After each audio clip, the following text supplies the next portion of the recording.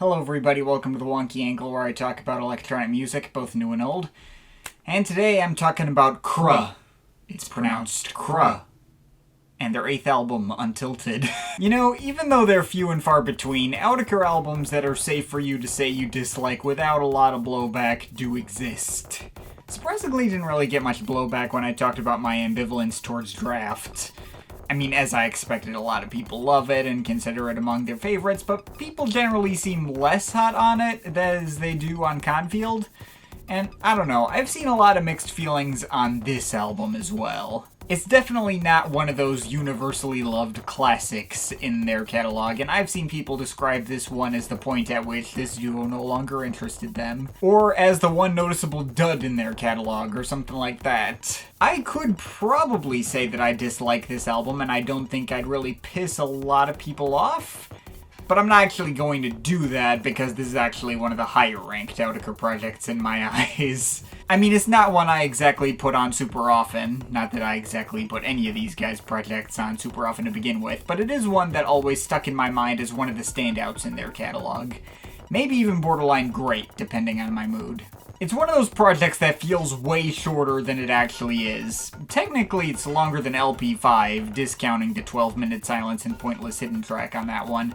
But it goes by a lot quicker than LP5 as well. There's only 8 tracks, and a lot of them are pretty long, 7, 8, 9 minutes, ends in a 15-minute track. But it's not an album that feels long at all. And the thing about this project is that it doesn't have much of any of the structureless, rhythmic meandering that characterized their last 2 projects.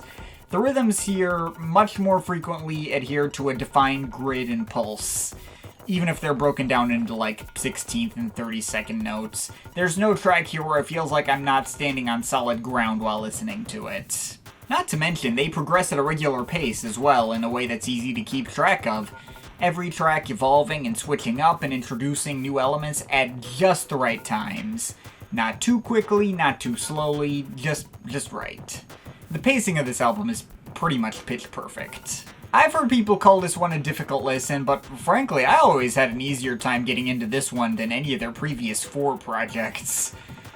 The way it progresses kinda reminded me of, like, old prog rock albums. Not to say I don't have my reservations with it, or get why it might have turned off some people. It is still pretty cold and metallic.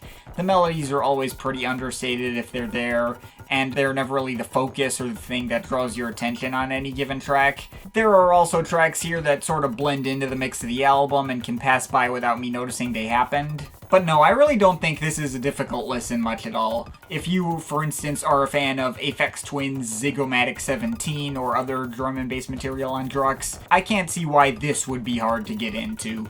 These tracks very much have the same kind of appeal for me. And while this project isn't as catchy as Try Repeat A, it does sort of linger in my head better than most of their stuff. There's a twinge of catchiness in there, and all that coming together makes a listening experience that I can find genuinely exciting. It can get me pumped up, and that's not something that a lot of these guys' projects can attest to. I suppose I can get into individual tracks then. LCC is a pretty solid tone setter, and the one that lets you know what you're getting into with this album. With its skittering rhythms that make 3 thwacking noises every 6th, 7th, and 8th beat.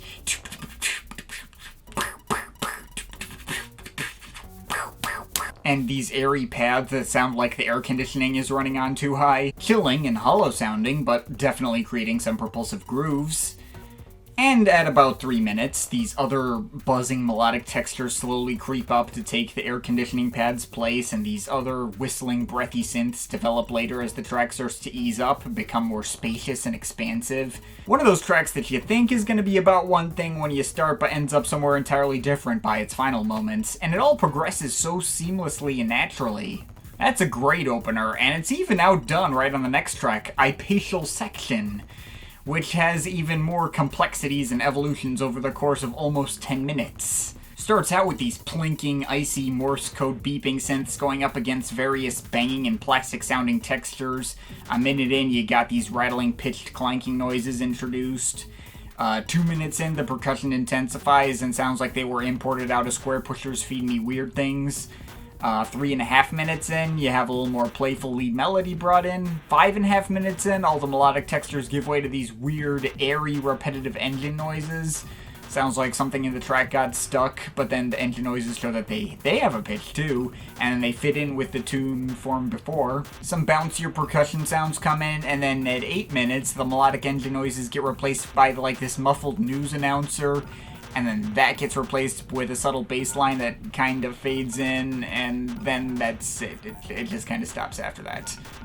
But this is what I mean by, like, the structure and progression of these tracks being the selling point of the album. Ipacial section just so happens to be one of the most interesting and dynamic moments in the bunch. I'll try not to get too long-winded with talking about the other tracks, but no promises. Pro Radii has mixes of thuddingly huge tribal drums, applause sound effects that kind of like burst in for like a quarter of a second every now and then, distant foghorn bass lines and various glitches, at least in its first couple of minutes as it switches over into various blends of other mechanical sounds and rhythms, subtle metal squeaking pads. Though the giant tribal drums come back later with some weird voice that sounds like it's trying to say come on, but they've got a mouthful full of food. Come on.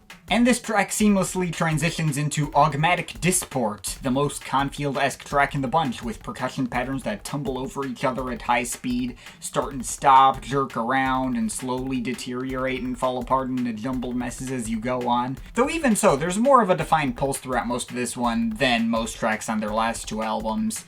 At one point you think you're just getting these random bursts of kicks and glitches every 4 beats, but then a regular, subtle 808E electro beat fades in underneath, and it all kind of resolves into that.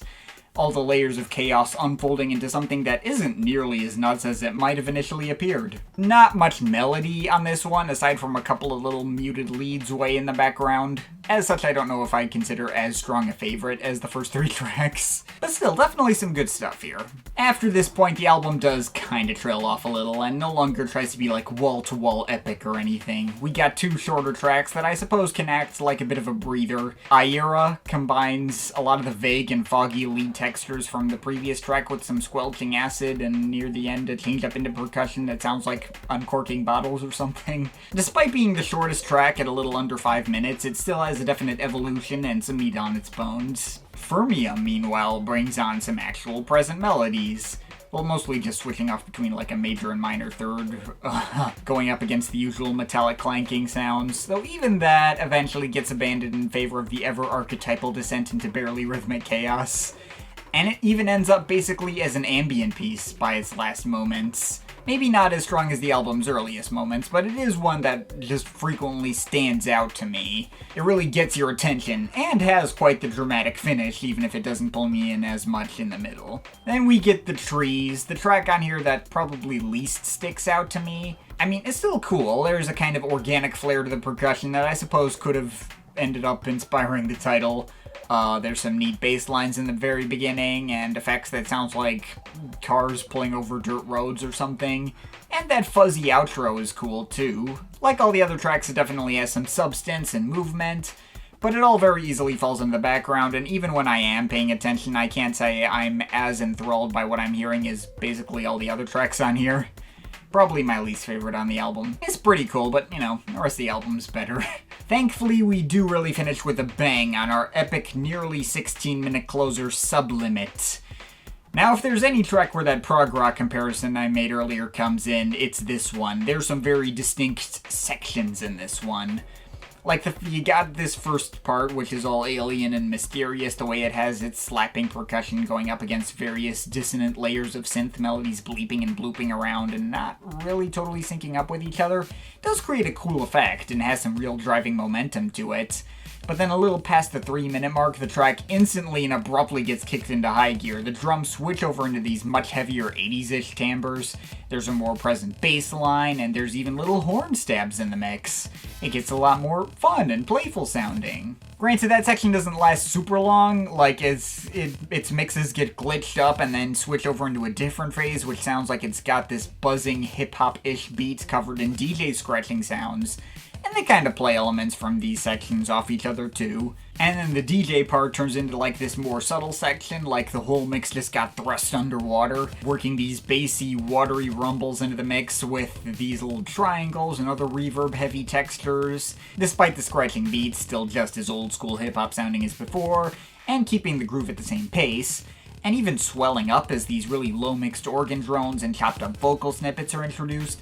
And then for the ending, all these ghostly whistling pads come in on top of this still running percussion blend, and then it finally just fades out.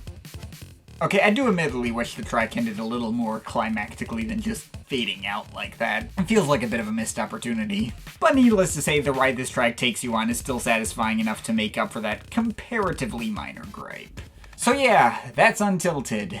Pretty solid stuff all around, I will say. I will get it if, for instance, if you think this project pales in comparison to, say, LP5, it certainly has none of the warmth or melodic texture of that project. There's really not much melody here. But I've heard people say that they think this project is excessiveness for its own sake, relying on the attention to detail alone to get you invested, and I can't say I agree on that front. Look, this isn't Confield. As heavily detailed-oriented as Untilted is, it doesn't feel like a project that's trying to impress you first and foremost at the expense of emotional impact. It's not one that specifically needs you to pay attention to every minute detail in order to get any strong feelings out of it. Well, maybe it does a little. Like, it certainly won't be nearly as resonant if you don't. But even so, all of these tracks still have really strong grooves and structures that keep them driving, and can still engage me even when I'm not paying super close attention, in contrast to the undulating motion sickness-inducing extremity of Confield and Draft. This album feels like it has a real backbone. For me, it was a much easier project to wrap my head around than any of their previous 4, and despite having heard this project like 8 times in the past couple of days, I'm still not sick of it yet. I won't act like it's one of my favorite IDM albums of all time, or that I don't still think there are other projects from these guys that I do find more interesting or engaging than this.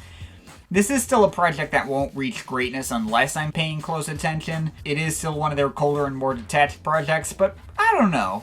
It's just fun to listen to. It's not one that really demands to be taken super seriously. It feels lower stakes than their last few. More welcoming, more approachable. And even in my earliest listens, there wasn't a time where I felt like I wasn't getting anything out of this project. So yeah, while Untilted isn't really a mind-blowing classic or one of the absolute best they have to offer, it is definitely in the upper tier of their projects for me. I think it's really underrated. Give it a shot. I think I'm overall feeling a solid 8 out of 10 on it. But of course, it's just my opinion. You can feel free to disagree with it, but I'd like to hear your thoughts. So leave the comments in the comment thing down there. Shout out to my Patreon supporters. They're awesome people. You want to add yourself to that list or make me review something, link to my Patreon is in the description. But yeah, that's pretty much it. That's all for today. See you next time.